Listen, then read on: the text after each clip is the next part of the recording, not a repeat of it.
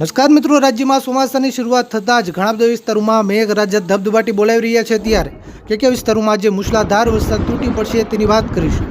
મિત્રો, છેલ્લા 24 કલાકની અંદર રાજ્યના 101 તાલુકામાં ધોધમાર વરસાદ પડ્યો છે, જેમાં જામનગર જિલ્લો હોય, પોરબંદર હોય, અમરેલી, ભાવનગર, સુરત, નવસારી, વલસાડ, ઉમરગામ, રાજકોટ, ગણદેવી, જેતપુર, ધોરાજી, ભેસાણ, કુતિયાણા, ગીર સોમનાથ, સૂત્રાપાડા, તળાજા, મહુવા, ઘોઘા, બોટાદ, અરવલ્લી, મોડાસા, કપરાડા, બારડોલી, અંકલેશ્વર, ગોંડલ સહિત અનેક વિસ્તારોમાં ધોધમાર વરસાદ પડ્યો છે. મિત્રો, હવે આગામી 12 કલાક સુધી કે વિસ્તારોમાં ગાજવીજ સાથે મુશળધાર વરસાદ તૂટી પડશે તેની વાત કરી છે. પણ તે પહેલા આ વિડીયોને લાઈક કરવાનું ભૂલતા નહીં. આવી જ રીતે આખું ચોમાસું વરસાદના સમાચાર સૌથી પહેલા જોવા માટે આપણી આ ચેનલને ખાસ સબસ્ક્રાઇબ કરવાનું પણ ભૂલતા નહીં.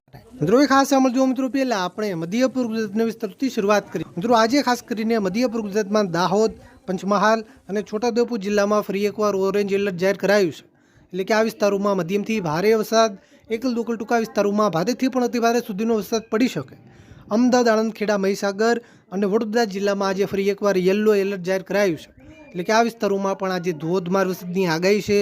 યલો એલર્ટ એટલે કે મધ્યમથી ભારે વરસાદ પડવાની શક્યતા છે. દક્ષિણ ગુજરાતમાં ખાસ કરીને નર્મદા જિલ્લામાં રેડ એલર્ટ જાહેર કરાયું છે. એટલે કે આવતી 24 કલાકની અંદર નર્મદા જિલ્લામાં ભારેથી લઈને અતિભારે સુધીનો વરસાદ પણ પડી શકે. સુરત, તાપી, ડાંગ, નવસારી અને વલસાડ જિલ્લામાં ઓરેન્જ એલર્ટ છે.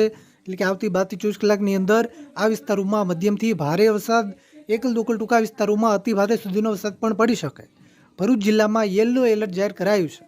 યલો એલર્ટ એટલે કે આ વિસ્તારોમાં પણ આવતી 12 થી 24 કલાકની અંદર મધ્યમથી લઈને ભારે સુધીનો વરસાદ પડવાની શક્યતા છે. મિત્રો, હવે સૌરાષ્ટ્ર વિસ્તારોની વાત કરીએ તો સૌરાષ્ટ્રમાં આજે દેવભૂમિ, દ્વારકા, જામનગર અને પોરબંદર જિલ્લામાં હળવા વરસાદની આગાહી કરાઈ છે. મોરબી, રાજકોટ અને જૂનાગઢ જિલ્લાના છૂટાછવાયા વિસ્તારોમાં હળવાથી મધ્યમ વરસાદની આગાહી છે. અને ખાસ કરીને સુરેન્દ્રનગર, અમરેલી, બોટાદ, ભાવનગર અને ગીર સોમનાથ જિલ્લાના વિસ્તારોમાં વરસાદની શક્યતા વધારે છે. આ વિસ્તારોમાં મધ્યમથી ભારે વરસાદ, એકલ દોકલ ટૂંકા વિસ્તારોમાં અતિભારે સુધીનો વરસાદ પણ પડી શકે. મિત્રો, ઉત્તર ગુજરાતના વિસ્તારોની વાત કરીએ તો આજે ઉત્તર ગુજરાતના પણ કેટલાક વિસ્તારોમાં ગાજવીજ સાથે મેઘરાજા તોફાની બેટિંગ કરશે.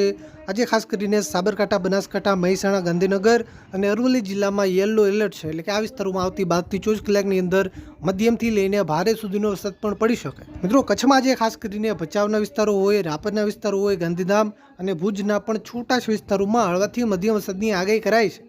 આવતીકાલે કચ્છના વિસ્તારોમાં મધ્યમથી ભારે વરસાદની આગાહી કરાઈ છે. તમારા વિસ્તારમાં જે કેવું વાતાવરણ છે, વાદળછાયું છે, વરસાદ છે, તાપ છે કે તડકો છે, નીચે કોમેન્ટ કરવાનું ભૂલતા નહીં. આ વિડીયોને તમારા બધા જ ગ્રુપમાં શેર કરજો, જેથી બધા ખેડૂત મિત્રો સુધી માહિતી પહોંચે. આવી જ રીતે આખું ચોમાસું વરસાદના કોઈ પણ ઉપયોગી સમાચાર સૌથી પહેલા જોવા માટે આપણી આ ચેનલને ખાસ સબસ્ક્રાઇબ કરવાનું પણ ભૂલતા